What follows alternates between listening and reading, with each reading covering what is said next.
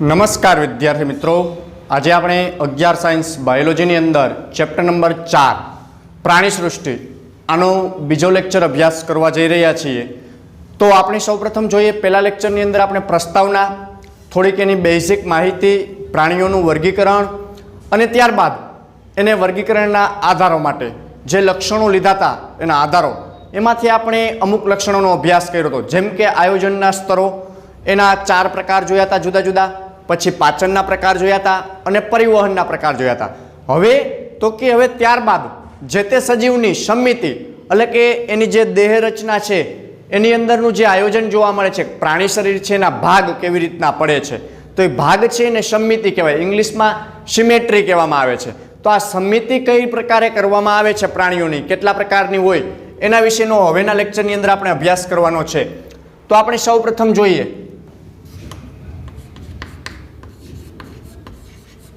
સમિતિ, આવું કંઈક ટોપિકનું નામ છે સમિતિ, ઇંગ્લિશમાં સિમેટ્રી કહેવામાં આવે। એટલે કે સમિતિ એટલે શું, તો કે પ્રાણી શરીરના ભાગ કઈ ધૈર્યથી પડે છે એના આધારે સમિતિના પ્રકાર આપવામાં આવેલા છે। તો આપણે સમિતિના પ્રકારની અંદર પહેલો પ્રકાર અભ્યાસ કરીએ।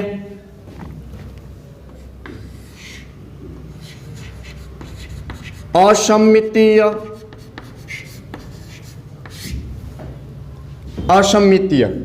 એટલે સમિતિ સરખી ન હોય એવું, દાખલા તરીકે એમાં વાદળીનો સમાવેશ થાય છે। કોનો સમાવેશ થાય છે? વાદળીનો। તો વાદળીની શરીર રચના છે ને નિશ્ચિત ન હોય સમુદ્રની અંદર,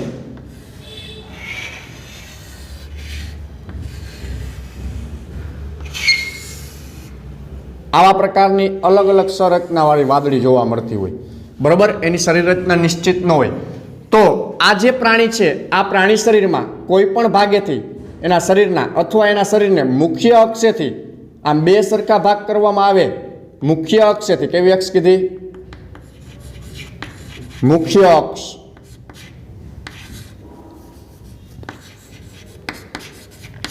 તો એ પ્રાણી શરીર બે સરખા ભાગમાં ડિવાઈડ ન થાય તો એને કેવું કહેવામાં આવે? અસમિતિ। એટલે પ્રાણી શરીરની મુખ્ય ધરી અથવા મુખ્ય અક્ષેથી બે સરખા ભાગમાં ડિવાઈડ ન થાય તો એને અસમિતિ કહેવામાં આવે છે। અસમિતિ બાદ આવે છે બીજો પ્રકાર છે એનો, તો આપણે બીજો પ્રકાર પણ જોઈએ એનો।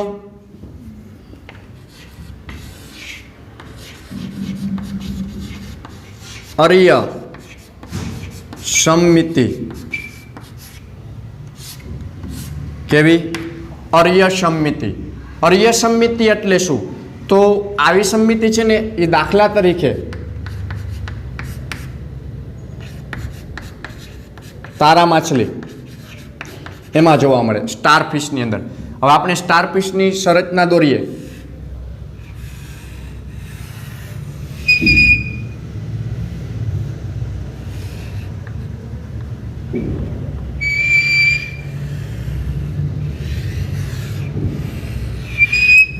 આવા પ્રકારે સ્ટારફિશની સંરચના હોય।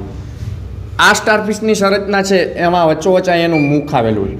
હવે અર્ય સમિતિ કોને કહેવાય? તો કે એને શરીરની કોઈ પણ ધૈર્યથી ભાગ કરતા બે સરખા ભાગમાં ડિવાઈડ થાય। અહીં શરીરની મુખ્ય ધૈર્ય ભાગ કરતા બે સરખા ભાગમાં ડિવાઈડ નથી થતો, એટલા માટે એને અસમિતીય કીધું। જ્યારે આ પ્રાણીને શરીરની કોઈ પણ ધૈર્યથી ભાગ કરતા બે સરખા ભાગમાં ડિવાઈડ થાય, દાખલા તરીકે અહીંથી આમ ભાગ કર્યો તો બે સરખા ભાગમાં, આ 1 2 આ અડધું સરખો ભાગ થયો, અહીંથી આમ ડિવાઈડ કર્યું, આ બે અડધું અહીંથી આમ ડિવાઈડ કર્યું, આમ કોઈ પણ ધૈર્યથી ડિવાઈડ કરીએ તો બે સરખા ભાગમાં ડિવાઈડ થાય તો એને અર્ય સમિતિ કહેવામાં આવે। સ્ટારફિશની અંદર જોવા મળે ત્યાર પછી સ્ટારફિશ સિવાય આવી સમિતિ છે એ આપણે હાઇડ્રામાં જોવા મળે છે। એમાં હાઇડ્રા નામનું પ્રાણી આવે એમાં જોવા મળે। તો આ પ્રકારની જે સમિતિ છે એને કેવી કહેવામાં આવે? અર્ય સમિતિ। શરીરની કોઈ પણ ધૈર્યથી સજીવના ભાગ કરતા બે સરખા ભાગમાં ડિવાઈડ થાય તો એને અર્ય સમિતિ કહેવાય। સજીવની મુખ્ય ધૈર્ય અથવા મુખ્ય અક્ષેથી એનો ભાગ કરીએ શરીરના તો બે સરખા ભાગમાં ડિવાઈડ ન થાય તો એને અસમિતિ કહેવાય। અને ત્યાર પછી ત્રીજું આવે છે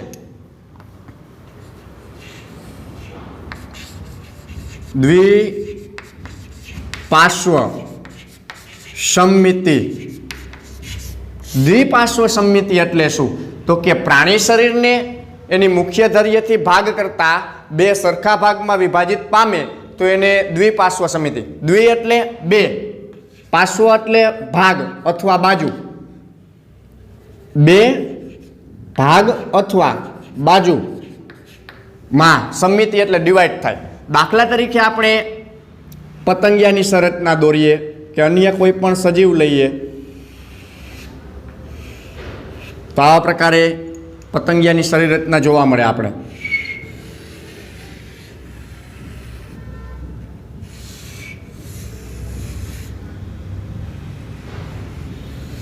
આ પ્રકારે પતંગિયાની શરીર રચના જોવા મળે. હવે એના શરીરના મુખ્ય ધરી એટલા થઈ તો આવી રીતના ભાગ કરીએ એટલે બે સરખા ભાગમાં ડિવાઈડ થાય શરીર, તો એને દ્વિપાર્શ્વ સમમિતિ કહેવાય. દાખલા તરીકે આપણે મનુષ્ય છે તો મનુષ્યની દ્વિપાર્શ્વ સમમિતિ જોવી તો આપણી મુખ્ય ધરી આ થઈ, અહીંથી આમ ભાગ કરીએ એટલે શરીરના બે સરખા ભાગમાં વિભાજિત થાય કોઈ પણ સજીવ તો એને દ્વિપાર્શ્વ સમમિતિ કહેવાય. શરીરની કોઈ પણ ધૈર્યથી કીધું તો અહીં કોઈ પણ ધૈર્યથી લીધું ને બે સરખા ભાગમાં ડિવાઈડ થયું તો એને અર્ય સમમિતિ કહેવાય. અને શરીરની મુખ્ય ધૈર્ય ભાગ કરતાં બે સરખા ભાગમાં ડિવાઈડ ન થાય તો એને અર્ય સમમિતિ કહેવાય. આના ઘણા બધા એક્ઝામ્પલ આવે. આપણે મનુષ્ય આવીએ, સિંહ, વાઘ, હાથી, પતંગિયા, ટીડડા, આ બધી વસ્તુઓ, વીંછી છે, આ બધુંય દ્વિપાર્શ્વ સમમિતિમાં આવે છે. તો આ પ્રકારે સમમિતિના પ્રકાર જોવા મળે. જે આપણે પ્રાણીઓની અંદર આનો ઉલ્લેખ કરવાનો છે, એના લક્ષણ તરીકેના સમુદાયમાં એનો સમાવેશ કરીએ છીએ વર્ગીકરણમાં, ત્યારે આનો ઉપયોગ કરી અને આપણે એનો સમાવેશ કરવાનો છે. હવે ત્યારબાદ જોઈએ તો જે તે સજીવ છે એ સજીવની અંદર ગર્ભસ્તર જોવા મળે. શું જોવા મળે? ગર્ભસ્તર. ગર્ભસ્તર એટલે શું? તો કે સજીવની જે ઉત્પત્તિ થાય છે એ કેવા પ્રકારના ગર્ભસ્તરમાંથી થાય છે એના વિશેનો અભ્યાસ કરવાનો છે. તો સજીવની અંદર આપણે ગર્ભસ્તર, તો સજીવમાં બે પ્રકારના ગર્ભસ્તર હોય.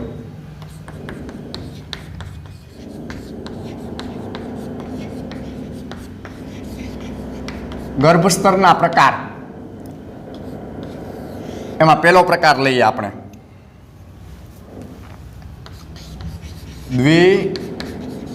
દ્વિગર્ભસ્તરીય. ત્યારબાદ એમાં આપણે બીજો પ્રકાર લઈએ ત્રિગર્ભસ્તરીય.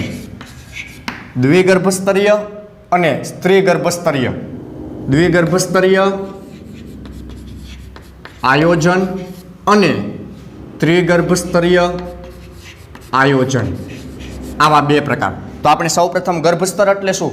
તો કે મનુષ્યનો જે ઉદ્ભવ થાય છે, કોઈ પણ સજીવનો ઉદ્ભવ થાય છે એ ગર્ભની અંદર ગર્ભસ્તરનું નિર્માણ થાય અને એ ગર્ભસ્તરમાંથી શરીરના વિવિધ પેશી, અંગ, અવયવ આ બધી વસ્તુઓ બને છે. તો એ ગર્ભસ્તર કયા સજીવમાં કેટલા હોય? તો બે જ પ્રકારના સજીવ, કાં તો દ્વિગર્ભસ્તરીય સજીવ હોય અને કાં તો ત્રિગર્ભસ્તરીય. તો એ બે વચ્ચે શું ડિફરન્ટ છે, શું તફાવત છે એ આપણે આકૃતિ દ્વારા સમજીએ.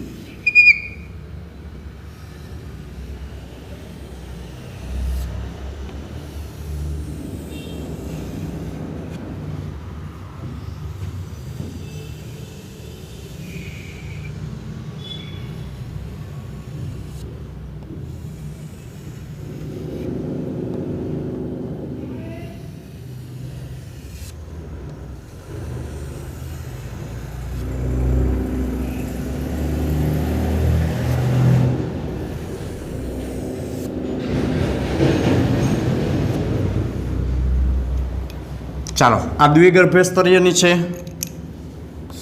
અને આ ત્રિગર્ભસ્તરીયની આકૃતિ. ગર્ભસ્તર હોય એટલે કોષોના બનેલા હોય. શેના બનેલા હોય? વિવિધ પ્રકારના કોષના બનેલા હોય. તો સૌથી અંદરનું જે ગર્ભસ્તર છે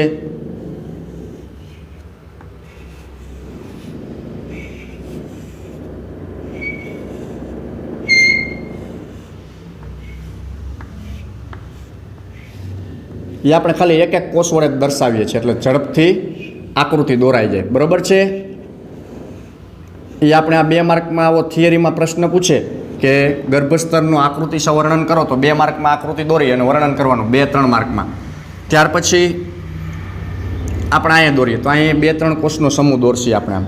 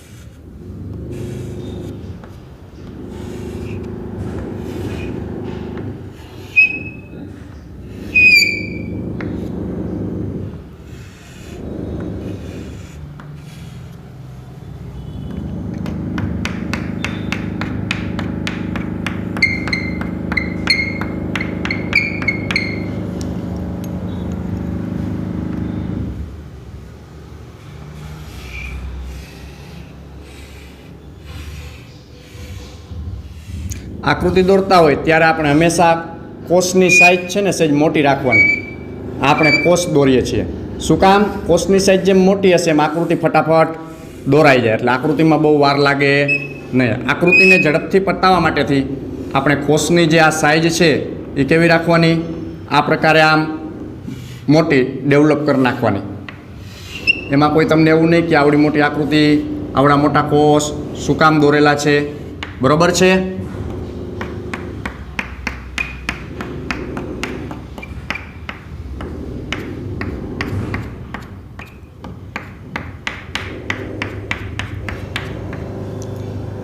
ચાલો, આ પ્રકારે ગર્ભસ્તરની સંરચના જોવા મળે. આ કેવું ગર્ભસ્તર છે? દ્વિગર્ભસ્તર. તો એમાં 2 જ ગર્ભસ્તર હાજર હોય. આ સૌથી બહારનું આટલો ભાગ છે ને આપણે કેવું? બહારનું, એટલે એને કેવું? બાહ્ય ગર્ભસ્તર કહેશે. પછી આ સૌથી અંદરનું આટલું ગર્ભસ્તર, એટલે એને અંત ગર્ભસ્તર કહેવાય. અને વચ્ચે ખાલી જગ્યા આવેલી હોય તો આને કેવું કહેશે? ખાલી મધ્યસ્તર. પણ કેવું? મધ્ય શ્લેષ્મ સ્તર આવેલું હોય. મધ્ય શ્લેષ્મ સ્તર આવેલું. શું કામ? કે અહીંયા મધ્ય ભાગ છે એ ખાલી હોય, એમાં કોષોની હાજરી ન હોય. જ્યારે બાહ્ય સ્તર અને અંતસ્તર બંને કોષોથી બનેલું હોય, જ્યારે મધ્ય સ્તર છે એ ખાલી હોય, એટલા માટે એને મધ્ય શ્લેષ્મ કીધું. કે એની અંદર શ્લેષ્મ પ્રવાહી ભરેલું હોય. આ પ્રવાહી એકાબીજા કોષોને અથવા એકાબીજા આવરણને નજીક આવવા દેતું નથી અને પ્રોટેક્શનનું કાર્ય કરે. એટલે જગ્યા પૂરવા માટેથી એમાં શું ભરાયેલું હોય? પ્રવાહી. તો આ પ્રકારે મધ્ય ગર્ભસ્તર આમાં ગેરહાજર હોય. આમાં શેમાં? દ્વિગર્ભસ્તરમાં મધ્ય ગર્ભસ્તર ગેરહાજર હોય, એટલે એને મધ્ય શ્લેષ્મ સ્તર કીધું. એમાં પ્રવાહી ભરેલું. જ્યારે આ સ્તર છે તો આની અંદર આ સૌથી બહારનું, આ સૌથી અંદરનું, એટલે આને આપણે કેવું કહેશી? અંતઃગર્ભ સ્તર. આ છે એને મધ્ય ગર્ભ સ્તર અને આ છે એ બાહ્ય ગર્ભ સ્તર. આ બેમાં તફાવત શું? ખાલી મધ્ય સ્તર એકમાં હાજર ને એકમાં ગેરહાજર. આમાં ગેરહાજર છે એટલા માટે એને દ્વિગર્ભ સ્તર કહેવાય, આમાં હાજર છે એટલા માટે આને ત્રિગર્ભ સ્તર, ત્રણે ત્રણ ગર્ભસ્તર. આ ગર્ભસ્તરમાંથી શું બને છે? તો કે શરીરના વિવિધ અંગ, પેશી અને કોષોનું નિર્માણ થાય છે આની અંદરથી, આ ગર્ભસ્તરની અંદર. એના આધારે પ્રાણીઓના પ્રકાર પાડ્યા છે. હવે દાખલા તરીકે દ્વિગર્ભ સ્તરવાળું પ્રાણી છે, દાખલા તરીકે તો એ કોષ્ઠાંત્રીઓના જેટલા પ્રાણીઓ છે, કોષ્ઠાંત્રી સમુદાયના જેટલા પ્રાણીઓ છે એ બધા આની અંદર આવે. અને આમાં દાખલા તરીકે લઈએ તો કે પૃથુકૃમિથી મેરુદંડી સમુદાય સુધીના પ્રાણીઓ. હવે તમને આ કોષ્ઠાંત્રીન, પૃથુકૃમિન, મેરુદંડીન એ અત્યારે એક્ઝામ્પલ નહીં સમજે, એ જ્યારે આપણે સમુદાય ભણશી ને, આ બધા સમુદાયના નામ છે પ્રાણીઓના, તો ત્યારે તમને ખ્યાલ આવશે કે અહીંયા આ પૃથુકૃમિ કીધું હતું, અહીંયા મેરુદંડી કીધું હતું એવું. તો આ પ્રકારે દ્વિગર્ભ સ્તર અને મધ્ય ગર્ભ સ્તર વચ્ચે આટલો તફાવત હોય છે. શું? એકમાં મધ્ય સ્તર ગેરહાજર હોય, એકમાં હાજર હોય, પણ આમાં કોષોનું બનેલું હોય એટલે મધ્ય ગર્ભ સ્તર હાજર, આમાં ગેરહાજર, જેમાં પ્રવાહી છે. આટલો ફેર. જો કોષો ન હોય એટલે એમાંથી કોઈ ભાગનું નિર્માણ ન થાય. આ બંનેમાંથી વિવિધ અંગો બને, જ્યારે આમાં ત્રણે ત્રણમાંથી વિવિધ અંગો બને. તો આપણે જેમ જેમ ઉદ્વિકાસની દ્રષ્ટિએ આગળ આગળ વધતા જઈએ સમુદાયમાં, એમ એમ એમાં તફાવત જોવા મળે, એટલે એમ એમ આગળની તરફ આ ગર્ભસ્તરનું નિર્માણ થતું જાય છે અને એમાંથી વિવિધ પ્રકારના અંગનું નિર્માણ થાય છે. તો આ પ્રકારે ગર્ભસ્તરના પ્રકારો જોવા મળે. દ્વિગર્ભસ્તર ને ત્રિગર્ભસ્તર.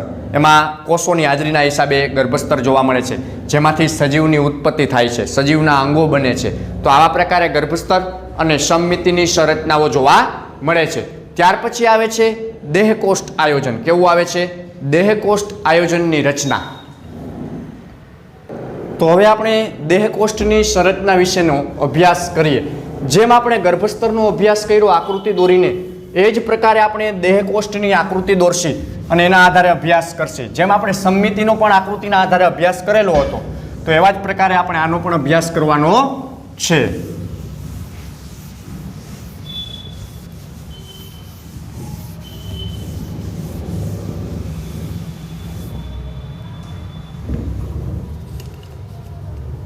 ચાલો, દેહકોષ્ઠ કોને કહેવામાં આવે?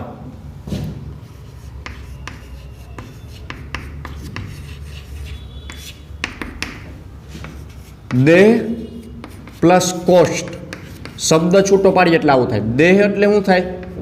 શરીર. કોષ્ઠ એટલે જગ્યા. તો આખા શબ્દને ભેગો કરીએ એટલે શરીરમાં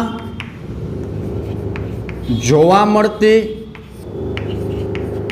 જગ્યાને આધારે સજીવ દેહના ભાગ પાડવામાં આવે. શરીરમાં જે જગ્યા જોવા મળે છે, જગ્યા જોવા મળે છે કે નથી જોવા મળતી, એના આધારે સજીવ દેહના ભાગ પાડવામાં આવ્યા. તો દેહકોષ્ઠ તો પહેલો પ્રકાર છે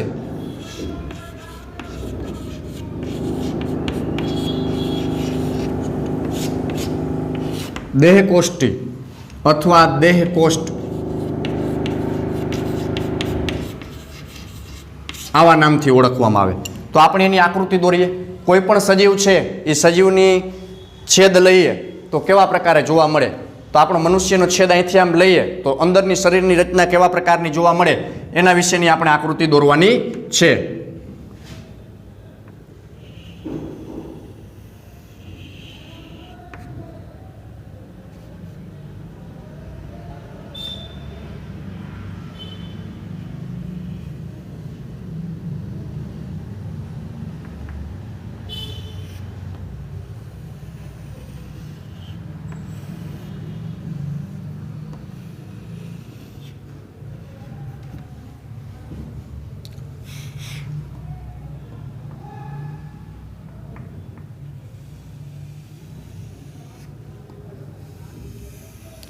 અને બાયોલોજીની અંદર ક્યારેય પરિકરનો ઉપયોગ નથી કરવાનો આપણે ગોળ રાઉન્ડ કરવા માટે, કેમ કે કોઈ સજીવનું શરીર એકદમ ગોળ હોતું નથી. એટલે જેવું હાથેથી દોરતા આવડે ને એવું જ દોરવાનું. રાઉન્ડ કરવા માટે કોઈ રાઉન્ડ વસ્તુનો ઉપયોગ કરીએ, બંગડીનો ઉપયોગ કરીએ તો એવી વસ્તુનો ઉપયોગ કરવાનો નથી. કળાનો ઉપયોગ કરીએ તો એ કોઈ વસ્તુનો ઉપયોગ કરવાનો નથી.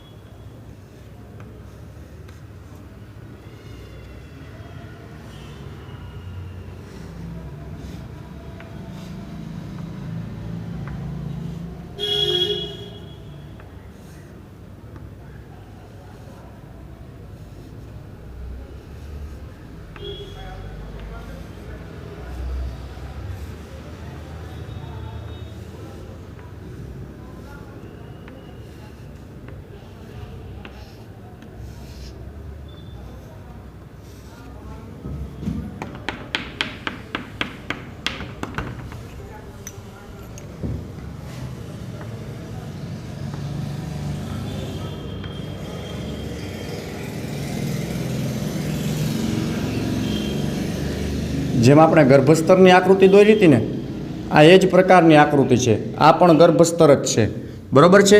પણ સજીવ શરીરની અંદર જુદી જુદી જગ્યાએ જુદા જુદા પ્રકારના ગર્ભસ્તરની સંરચનાઓ જોવા મળે. ગર્ભસ્તર સરખા જ હોય પણ એની ગોઠવણી કેવી હોય? અલગ અલગ પ્રકારની હોય છે.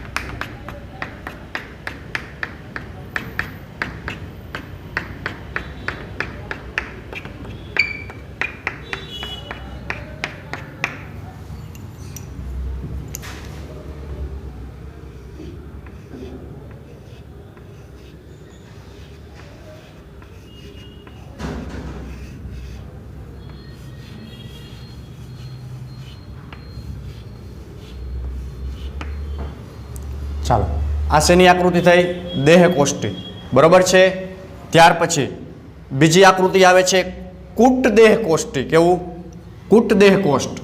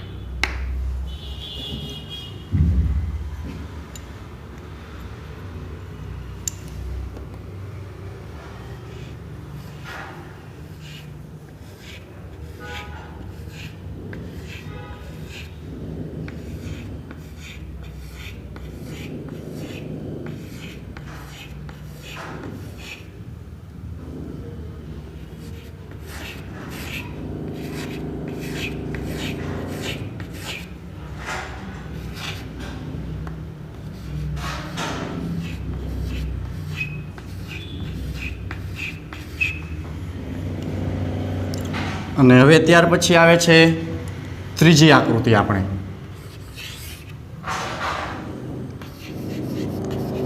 અદેહ કોષ્ઠ.